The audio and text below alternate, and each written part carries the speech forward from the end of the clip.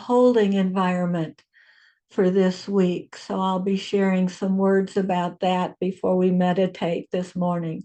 So if you like, you can put it on speaker view or leave it in gallery view. And let me just get myself set up here. Right.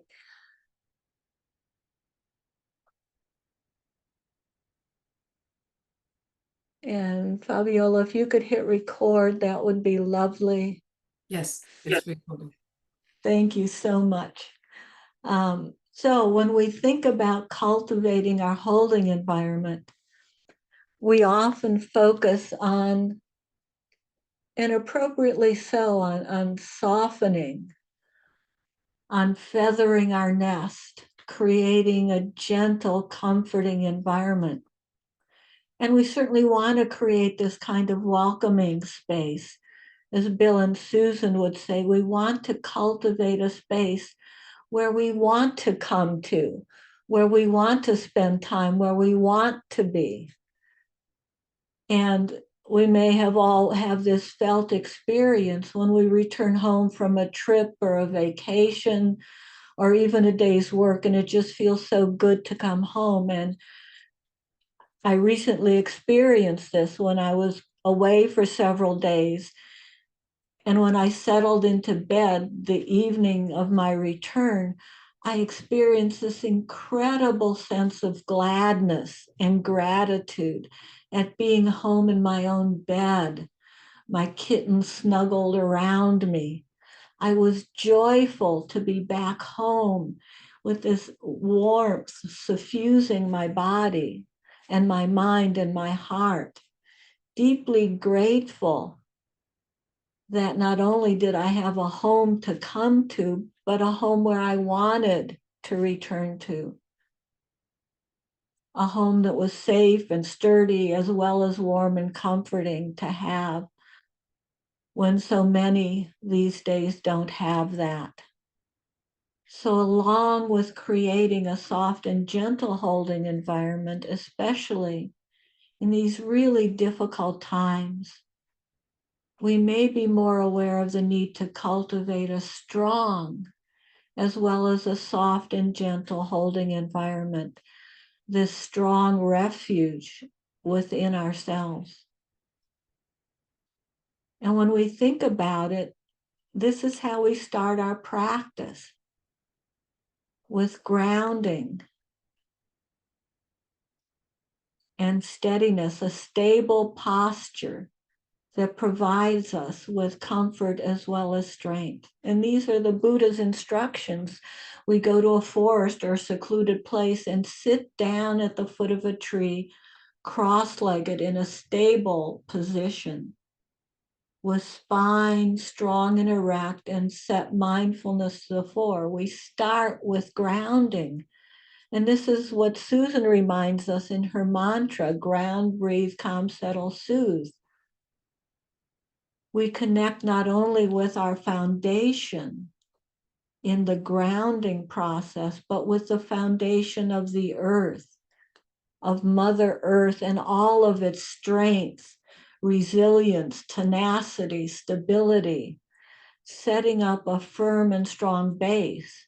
And from that, we rise up strongly, spine erect, and create a space in which we can allow breathing to flow and calmness and softening to develop, and the heart mind to open up, so that the strength of mindfulness can come to the front of our awareness. The balance of strength and gentleness requires wisdom, as is stated in the following poem.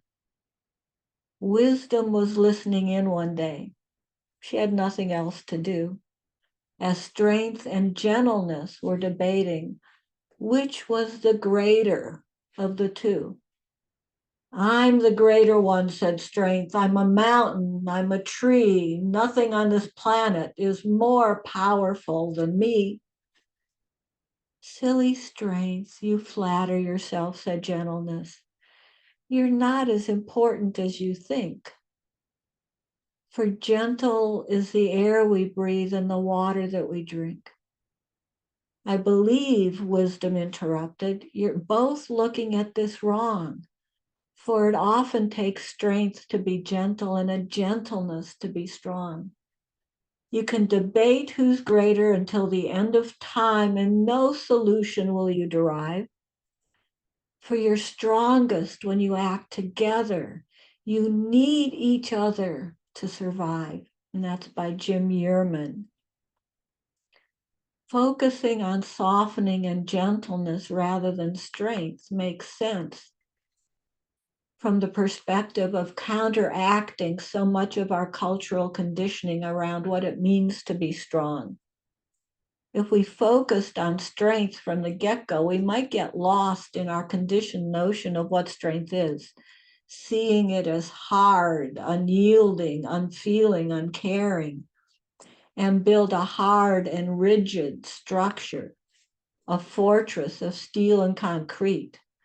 In the words of Simon and Garfunkel, I'm a rock, I'm an island, I've built walls, a fortress steep and mighty that none may penetrate.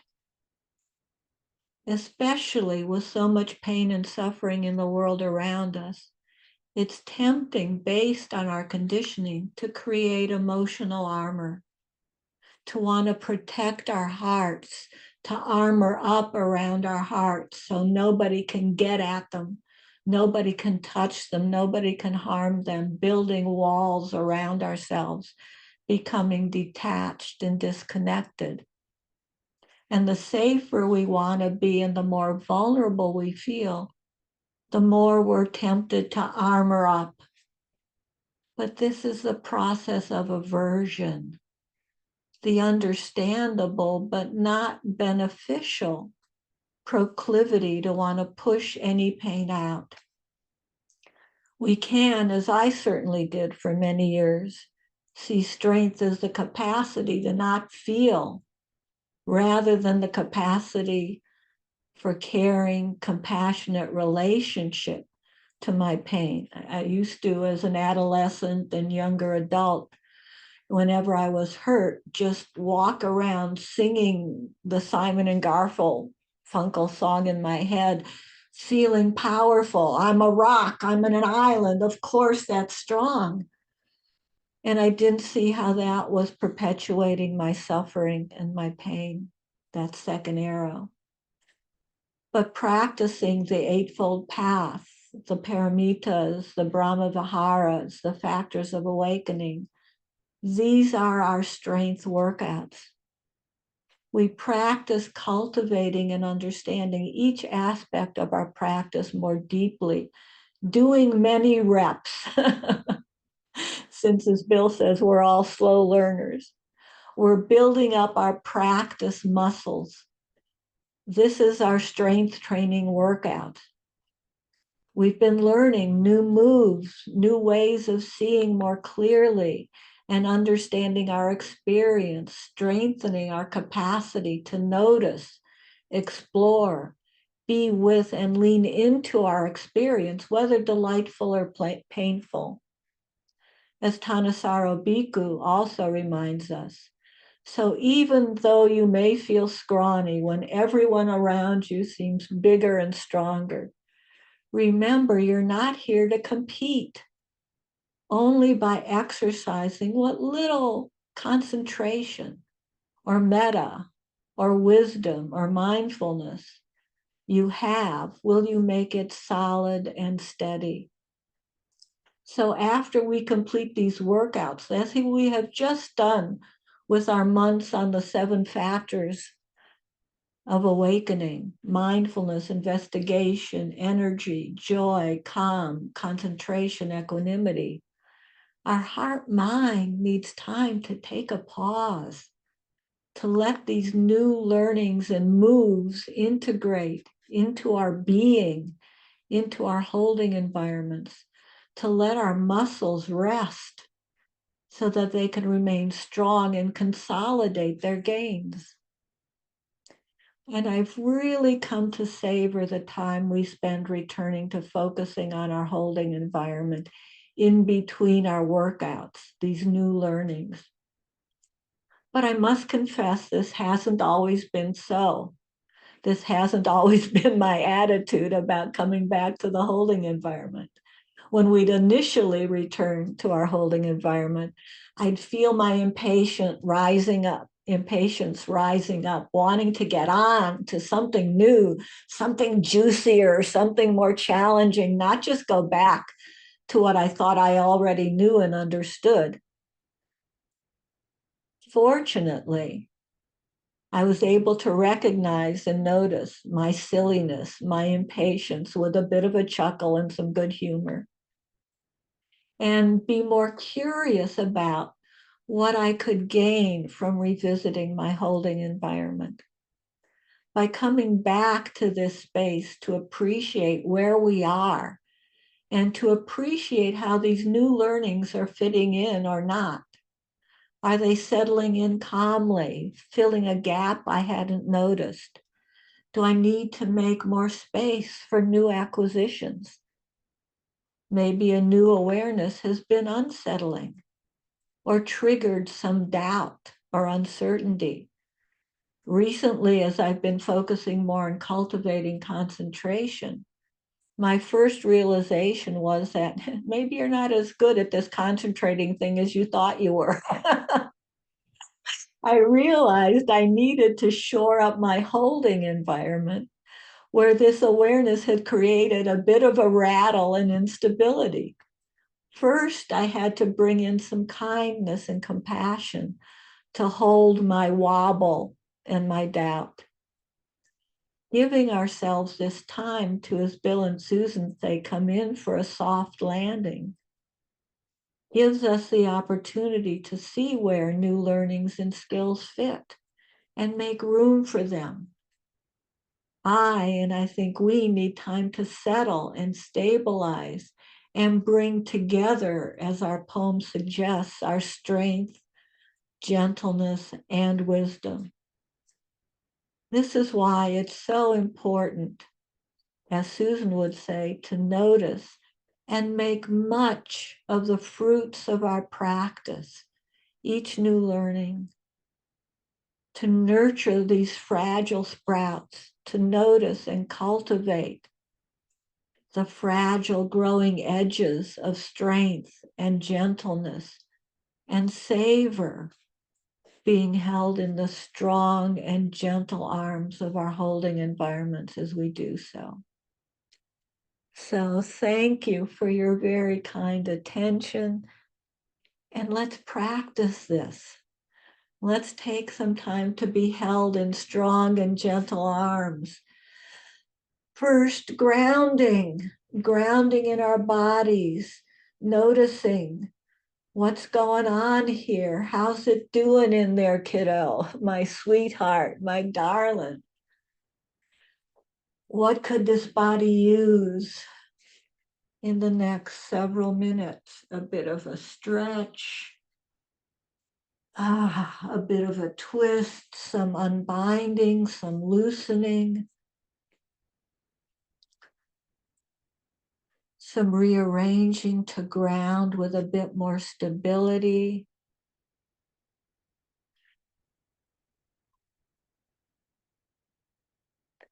Creating a bit of space to feel the breathing that's already happening. And invite the heart mind in with a big welcome, with open arms, with strong arms, gentle and kindness, friendliness,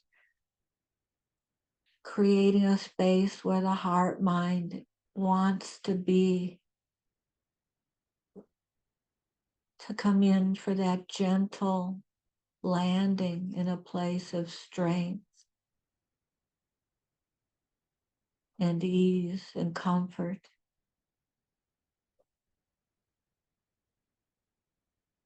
And perhaps noticing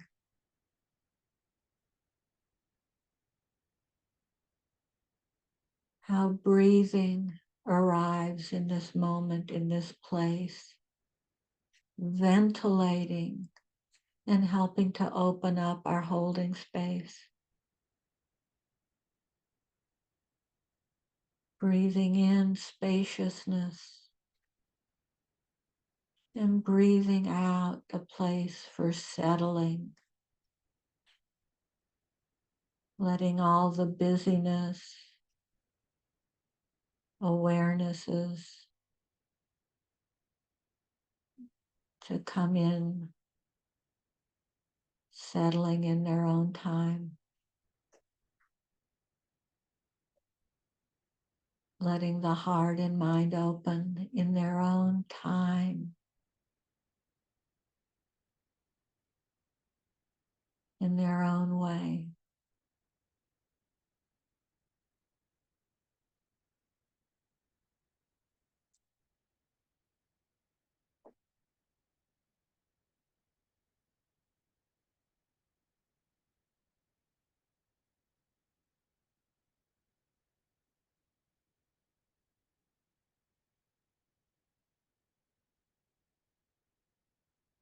Savoring whatever bits of comfort and ease can come into this moment.